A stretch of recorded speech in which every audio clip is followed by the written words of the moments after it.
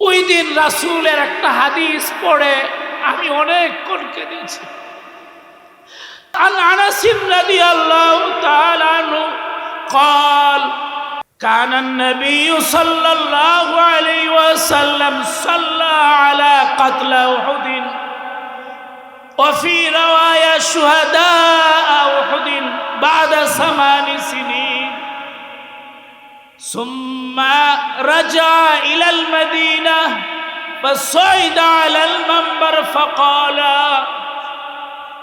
আনাস রাদিয়াল্লাহু তাআলা আনহু বলেন, নবী করিম সাল্লাল্লাহু আলাইহি ওয়াসাল্লাম উহুদের ময়দানে গেলেন 8 বছর পরে। উহুদের ময়দানে বেশি সংখ্যক সাহাবী নবীর হাতে কবর দিয়েছেন, 70 জন সাহাবী। কতজন সাহাবী? 70 জন। উহুদের ময়দানে মারা গেছে না, শাহাদাত বরণ করছে না। 8 বছর পরে গিয়া তাদের আবার জানাজা পড়লেন। সাহাবীরা বলেন, কাল মুওয়াদ্দাইল আহইয়া মিনাল আহইয়াই ওয়াল আমওয়াত। আমাদের মনে হইতো লাগলো নবী যে 8 বছর পরে আবার শহীদদের কাছে গেলেন, আবার আমাদের কাছে ফিরে আসলেন। আমাদের নবী মনে হয় জীবিত আর মৃত সব সাহাবী থেকে বিদায় নিচ্ছেন। আমাদের নবীর এই আচরণে আমাদের মনে হইতো লাগলো অধিক সংখ্যক সাহাবী শহীদ উহুদের ময়দানে। সেখানে গিয়া সাহাবীদের থেকে নবী বিদায় এনেছেন, আমাদের থেকেও নবীজি বিদায় নিচ্ছেন। সুম্মা সাইদা আলাল মানবার, নবীজি মিম্বরের উপর উঠে বসলেন। ফাকালা ইয়া আইয়ুহান নাস ইন্নী ফারাতুল লাকুম। নবীজি বললেন, আমার সাহাবীরা শুনো, আমি তোমাদের আগে চলে যাব। ওয়া ইন্না মাউদিউকুম আলাল হাউস। তবে শুনো, আমি নবী তোমাদের সাথে ওয়াদা দিলাম, আমি নবী তোমাদের সাথে অঙ্গীকার করলাম, মাউইদুকুম ইনদাল কাউসার ইনদাল হাউস। আমি তোমাদের সাথে ওয়াদা দিয়ে গেলাম, আমি নবী হাউজে কাউসারের পারে তোমাদের সাথে সাক্ষাৎ করব। ওয়া ইন্নী লাআরা হাযা মিন মাকামি হাযা। হে আমার সাহাবীরা শুনো, আমি আমার হাউজে কাউসারকে এখন দেখতে পাচ্ছি। সুবহানাল্লাহ বলেন। হাউজে কাউসার জান্নাতের উপরে, 7 আসমান 7 জমিনের উপরে। নবীজি বলেন, আমি দেখতে পাচ্ছি। আল্লাহ আমাদের নবীর সামনে হাউজে কাউসারকে তুলে ধরছে। সুবহানাল্লাহ বলেন। ওয়া ইন্নী লাখশা আলাইকুম। শুনো শুনো, আমি নবী তোমাদের ব্যাপারে ভয় করি না। আন তুশরিকু বাদি, যে আমার পরে তোমরা মুশরিক হয়ে যাইবা, এটার আমরা ভয় করি না। ওয়ালাকিন্নী আখশা আলাইকুম, কিন্তু আমি নবী তোমাদের উপর ভয় করি। আন তুনাফিসু ফিদ দুনিয়া, যে তোমরা দুনিয়া নিয়া প্রতিযোগিতা করবা, দুনিয়া নিয়া কে কত টাকা কামাই করবে। আন তানাফাসু ফিহা, দুনিয়া কামায় তোমরা প্রতিযোগিতা করবা। প্রতিযোগিতা করতে করতে একটা সময় তোমরা ধ্বংস হয়ে যাবে, যেভাবে আগেকার উম্মত ধ্বংস হয়েছিল। আমরা এখন দুনিয়ার প্রতিযোগিতায় পড়ে গেছি, রাত্র দিন দুনিয়া নিয়ে ব্যস্ত। সব মানুষ এখন প্রত্যেকের জায়গায় দুনিয়া নিয়ে ব্যস্ত। সমস্ত পৃথিবীর নারীদেরকে একটা পাল্লায় তুললে মা খাদিজাতুল কুবরার সমকক্ষ হতে পারে না। কথা বলে ঠিক কিনা? বেশি মানুষ লাগে না। হেদায়েতের আলোয়, হেদায়েতের আগুন যার কলবের ভিতরে লেগেছে, একটা লোক পারে পৃথিবীতে বিপ্লব এনে দিতে। নবীজি আবু বকর একজন সাহাবী। নবীর সাহাবী কেডা? আবু বকর। আবু বকরকে ইসলামের দাওয়াত দিয়েছেন। হযরতে আবু বকর সিদ্দিক রাদিয়াল্লাহু তাআলা আনহুর মেহনতে হযরতে উসমান গনি, হযরতে তলহা, হযরতে জুবায়ের, মক্কার কাফেররা যতই বিরোধিতা করুক না কেন, হযরতে আবু বকর একজন সাহাবীর প্রতি নবীর এত মেহনত ছিল, নবী তাকে বসাইয়া হেদায়েতের জ্বলন, হেদায়েতের আগুন, হেদায়েতের আলো আবু বকরের কলবের ভিতরে এমন জ্বালায় দিলেন, আবু বকর দ্বারা মক্কায় আলোকিত হলো, মদিনা আলোকিত হলো, সিরিয়া আলোকিত হলো, ইরান আলোকিত হলো, মিশর আলোকিত হলো, ফিলিস্তিন আলোকিত হলো। আর হযরতে উমরের সময় তো সমস্ত পৃথিবীর অর্ধেক থেকে বেশি ইসলামের আলোয় আলোকিত হয়ে যায়। কি মনে করছেন? আরে একজন সাহাবী, হযরতে এই আমার আগের বক্তা একজন সাহাবীর নাম বলেছেন বেলাল। তার নাম কি বলেন?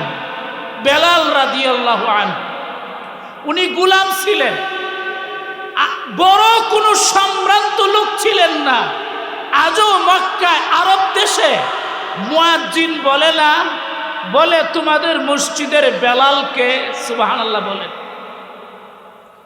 একজন বেলাল সমস্ত আরববাসীকে কাঁপায় দিছে একটা গোলামে, সুবহানাল্লাহ বলেন। শরাবে মোহাব্বত পিলা দে খুদায়া, मोहब्बत की आतश जला दे खुदाया। हजरत बेलाल রাদিয়াল্লাহু তাআলা আনহুকে পিটাইতে পিটাইতে কাফেররা ইসলাম গ্রহণ করার কারণে বেহুশ বানিয়ে দিত। হুশ আসলেই বেলাল বলতেন আল্লাহু আহাদুন আহাদুন আহাদুন লা শারীকা লাহ। গলার মধ্যে রশি পেঁচাইয়া ছেলেদের হাতে দিয়া দিত, মক্কার উনিতে গুলিতে ঘুরাইত। বেলাল বলতে আল্লাহু আহাদ লা শারীকা লাহ।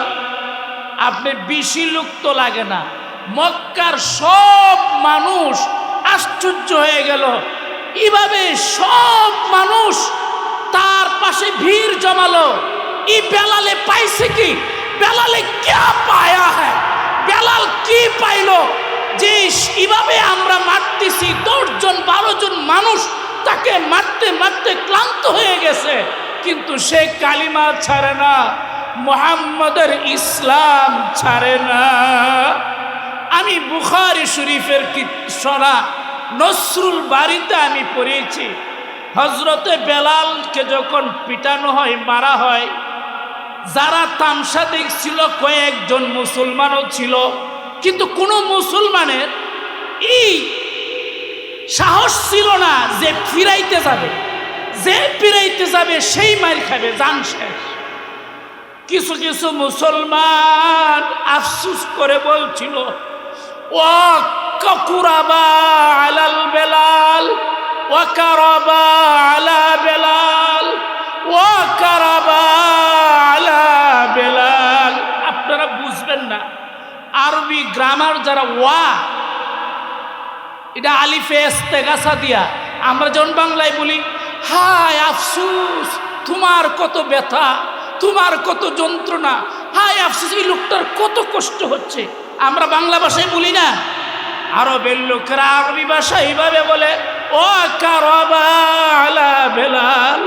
বেলাল কিভাবে মারতেছে, বেলালের কত কষ্ট হচ্ছে, বেলালের কত কষ্ট হচ্ছে, বেলাল তোমার কত কষ্ট হচ্ছে, বেলাল আমরা পারতেছি না তোমার কষ্ট বন্ধ করার, বেলাল তুমি আমাদেরকে ক্ষমা কইরো, ইসলামের জন্য তোমার এত কষ্ট। বেলাল রাদিয়াল্লাহু তাআলা আনহু ওই কষ্টের মধ্যে থাইকা মুসলমানদেরকে বলতেন ওয়া কারাবা আলা বেলাল বলো না, তোমরা বলো ওয়া তুরাবা আলাল বেলাল, তোমরা বলো বেলাল ঈমানের স্বাদ তুমি কতটুকু পাচ্ছ, ঈমানের স্বাদ তুমি কতটুকু পাচ্ছ। সুবহানাল্লাহ বলে, বুঝছেন কিছু? বেলাল বলেন তোমরা দেখতেছো আমার মাথা ফাটিয়ে ফেলতেছে, তোমরা দেখছো আমাকে গলার মধ্যে রশি পেঁচাইয়া গুলিতে গুলিতে নিয়ে হেঁচড়াচ্ছে, আমি দেখতেছি আল্লাহ তাআলা আমাকে বলতেছে বেলাল সুসংবাদ গ্রহণ করো, তোমার জন্য জান্নাতের ফেরেশতারা ওয়েলকাম করতেছে। তোমরা আমাকে বইলো না এটা আমার ঈমানের পরীক্ষা। শরাবে মোহাব্বত পিলা দে খুদায়া, मोहब्बत की आतश जला दे खुदाया। সাহাবা আজমাইন তো রক্তের পরীক্ষা দিয়েছেন, আমরা শীতের পরীক্ষাও দিতে পারি না। কি বলেন পারি? শীতের মৌসুম চলছে, এত বড় রাত্র, ঘুমায় থাকি খুবই আরাম, তাহাজ্জুদের নামাজটা আমরা পড়তে পারি না। আর ওনারা রক্তের পরীক্ষা দিয়েছেন, জানের পরীক্ষা দিয়েছেন, আর বলেছেন এটা আমার ঈমানের পরীক্ষা। ঈমানের পরীক্ষার স্বাদ কতটুকু আমি বেলাল পাইতেছি। আর আমরা এখন তাহাজ্জুদের নামাজটা পড়তে পারি না। তাহাজ্জুদের নামাজ তো দূরের কথা হুজুর, ফজরের নামাজ কাজা হয়ে যায়। আল্লাহ তুমি আমাদের সবাইকে মাফ করে দাও, সবাই বলি আমিন। ভাইয়েরা, ভাইও দুস্থ বুজুর্গ, ইসলাম অনেক কষ্ট, অনেক ত্যাগ তিতিক্ষার পরে আমাদের কাছে এসেছে। আমি সাধারণত যে বয়ানগুলি করি আপনাদের সামনে, যে মুসলমান আমরা আসেন, ঈমানকে আমরা মূল্যায়ন করি। মুসলমানরা আসেন, আমরা ইসলামের মূল্যায়ন করি। আমরা যে ঈমান এনেছি, আমরা যে ইসলাম গ্রহণ করেছি, এটার মূল্যায়ন আমরা করি। হযরতে খাব্বাব রাদিয়াল্লাহু তাআলা আনহুর ওয়াকিয়া সিরাতের কিতাবের মধ্যে এসেছে। খাব্বাব ইবনে আরত রাদিয়াল্লাহু তাআলা আনহুর পিঠে এবং কোমরের মধ্যে কোনো গোশত ছিল না। উনি মক্কার একটা বড় ধনী লোকের গোলাম ছিলেন, তার মনিব ছিল একটা মহিলা। বেলালের সাথে সেও ঈমান এনেছিল। তার ঈমান আনার কারণে কিতাবের মধ্যে এসেছে মক্কার কাফেররা এইভাবে কাঠের টুকরা করে, পোস্টার তো অনেক বড় দেখা যায়, মাশাআল্লাহ, আল্লাহ বরকত দান করুন এই মাদ্রাসায়, সবাই বলে আমিন।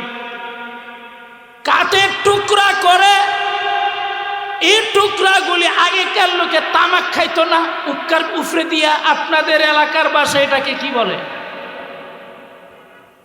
উক্কা কয়।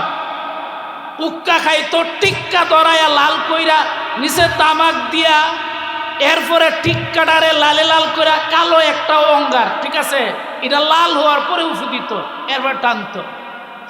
মক্কার কাফেররা কাষ্ঠখণ্ডগুলিকে, কাঠগুলিকে আগুন দিয়া জ্বালাইয়া পুরোটা কাষ্ঠখণ্ড যখন আগুনে লালে লাল হয়ে যেত, খাব্বাব রাদিয়াল্লাহু তাআলা আনহুকে মাইরা পিটাইয়া সেই অঙ্গারের উপর শোয়া দিত, তিনি যাতে নড়াচড়া না করতে পারে।